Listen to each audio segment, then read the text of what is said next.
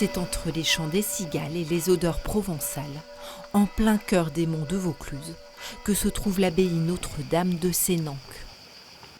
Comme figé dans le temps, ce joyau du XIIe siècle, symbole de l'ordre cistercien en Provence, abrite un trésor parfumé, la lavande.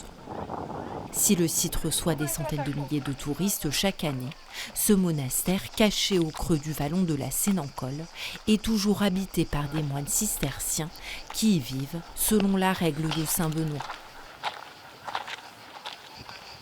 Les 5 moines de l'abbaye vivent de leur travail et notamment de la culture des champs entourant le site, principalement d'oliviers et bien sûr de l'emblématique lavande. À Sénanque, c'est majoritairement du lavandin qui est cultivé, une variété hybride de lavande qui pousse sur plus de 15 hectares répartis sur l'ensemble de la propriété. Comme chaque été fin juillet, les moines récoltent la précieuse fleur. Cet été, 2 moines de l'abbaye de Lérins, abbaye mère de Sénanque, sont venus en renfort pour aider frère Jean-Marc. Ce jour-là, le thermomètre frôle les 37 degrés. Mais sous le grand soleil de l'été provençal, le travail se fait dans la bonne humeur pour ce moine de 65 ans. Moi, ça me plaît. On est en vacances, c'est là, en Provence, il fait beau en plein été. Je préfère faire ça qu'autre chose. Le lavandin fraîchement cueilli est ensuite envoyé dans une distillerie. Son essence sera transformée en huile essentielle, en produits de parfumerie, en biscuits ou en nougat au lavandin, qui seront ensuite vendus dans la boutique de l'abbaye, permettant aux moines de vivre en partie de ce dur labeur. Le travail fait aussi partie de la prière, puisque le moine s'efforce durant toute sa journée de vivre en présence de Dieu. Dieu a voulu que l'homme travaille. Le travail est une participation à la création, à l'œuvre de Dieu dans le monde. Puis de façon très concrète, le travail aussi nous permet de vivre, de gagner notre vie et aussi de pouvoir partager ce que nous gagnons avec les pauvres. Mais je dirais simplement en tant qu'homme, le travail, c'est la dignité de l'homme. Le travail nous tient debout et fait partie de notre dignité d'homme et de femme.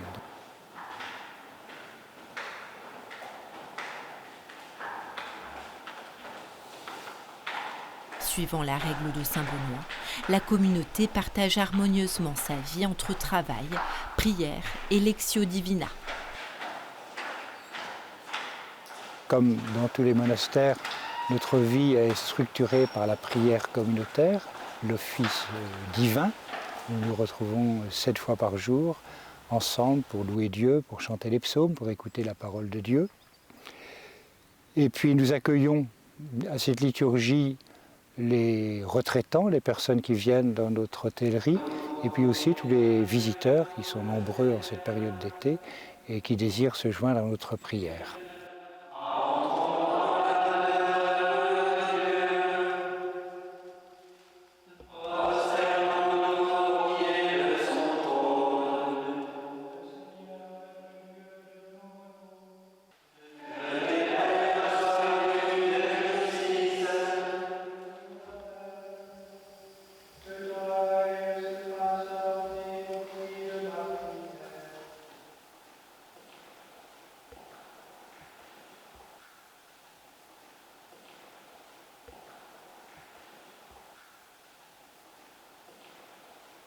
On peut dire que la journée monastique est un équilibre entre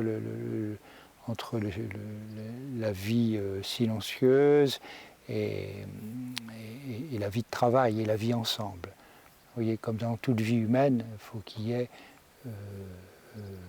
du silence pour rythmer la vie, sinon on devient stressé, comme on dit. Et parce que aussi le silence est un lieu favorable, d'une disposition favorable pour écouter Dieu. Dieu parle et se fait connaître dans le silence.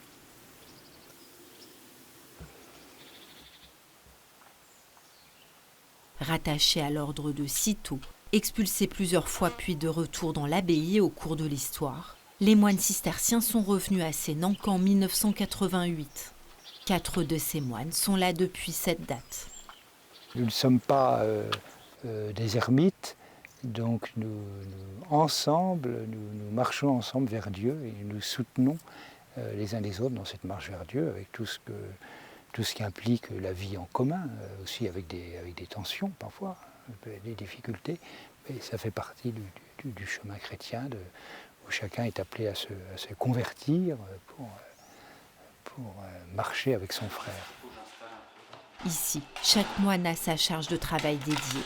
L'un à l'hôtellerie, l'autre à l'agriculture, ou comme le frère Jérôme qui fait ses études, à la confection de produits alimentaires comme ces biscuits aux amandes.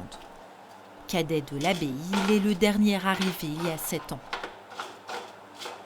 Ce que je veux dire, je pense, en concerne beaucoup, c'est que d'une certaine manière, on ne choisit pas vraiment. C'est-à-dire qu'il y a vraiment ce mystère de l'appel de Dieu qui nous appelle à le suivre et dans un chemin particulier. Et pour moi, ça a été ici. Je suis pour rien, ça m'est tombé de manière vraiment sur la tête et de manière assez claire. Voilà, mais ça c'est vraiment propre à chacun. Les portes de l'abbaye sont ouvertes tout au long de l'année aux visiteurs qui peuvent admirer la chapelle, l'ancien dortoir ou encore le cloître. L'église abbatiale, actuellement en travaux de rénovation, devrait rouvrir fin 2024.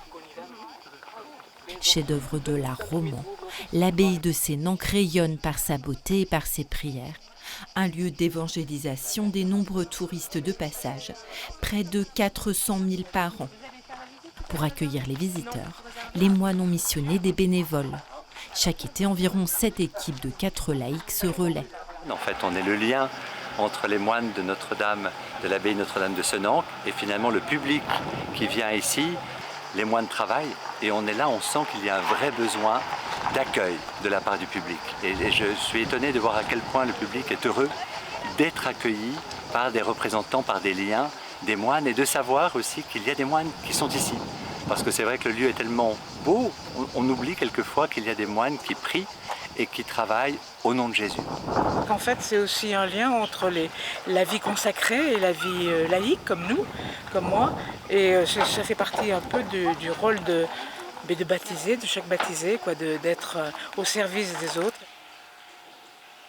Je crois que d'abord, ici à Sénanque, la beauté du site dit quelque chose de la beauté de l'œuvre de Dieu et des merveilles de Dieu, puisque beaucoup de gens qui viennent ici sont étrangers à la foi chrétienne, viennent d'autres cultures, et tous sont frappés par la qualité du silence, la qualité de paix qui émane de ce lieu, et nous nous sentons responsables de préserver ce site, non seulement pour nous-mêmes, ça serait égoïste de se le garder pour nous-mêmes, et de le partager avec les milliers de personnes qui passent ici. Et nous essayons d'organiser les choses pour que les personnes puissent découvrir à travers ce lieu quelque chose de l'amour de Dieu, de la tendresse de Dieu, de la miséricorde de Dieu pour tous ceux qui viennent ici. Ora et labora, prie et travail. La règle de saint Benoît rythme depuis des siècles la vie des moines à Sénanque, où le temps est sanctifié au rythme des liturgies et des saisons.